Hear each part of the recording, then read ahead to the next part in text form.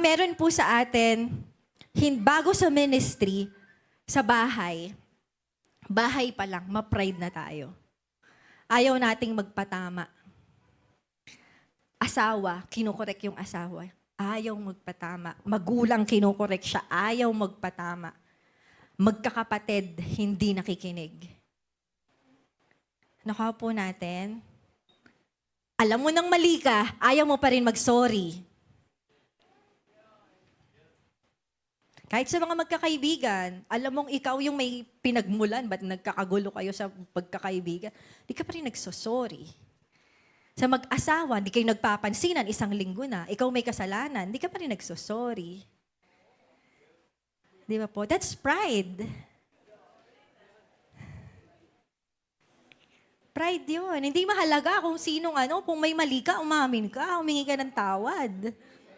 Tama po. Leader sa member, member sa leader. Hindi na mahalaga kung leader ka, member ka. Kung sino may mali, ikaw unang lumapit. Tama po.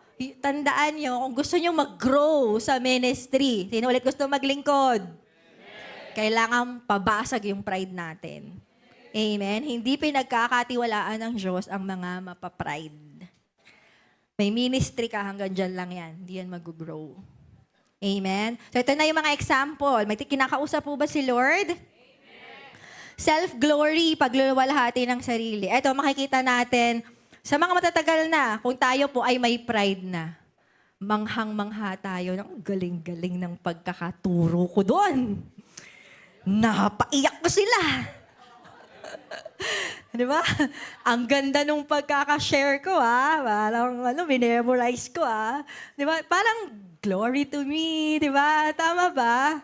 Nakuha po natin na mamangha tayo. Uy, ang ganda nung pagkakakanta ko doon. Talagang, oh, the heaven. Uy, kuhang-kuha ko yung tono. Ganda-ganda. Di ba? Tama po ba? Yung pag-a-ushering natin. Uy, kinamayan ko, umiyak na. Wow naman, napaka-anointed ko. Tama ba? Nung pinag-pray ko, gumaling, hindi namatay. Ako lang to. Ako lang to. Di ba? Tama ba? Di natin napapansin, natataas na tayo. Tama po? Delikado yan. Pakisabi sa katabi, delikado yan. Ano po yung nakalagay sa next? Comparison o paghahambing sa iba. Yan, kinu-compare natin yung sarili natin. Ay, nung nag-prayer for the nation, walang iyak-iyak. Ako pag nag-pray, umiiyak ako. Pag ako nag-pray, binabanggit ko lahat ng mga pamunuan sa gobyerno.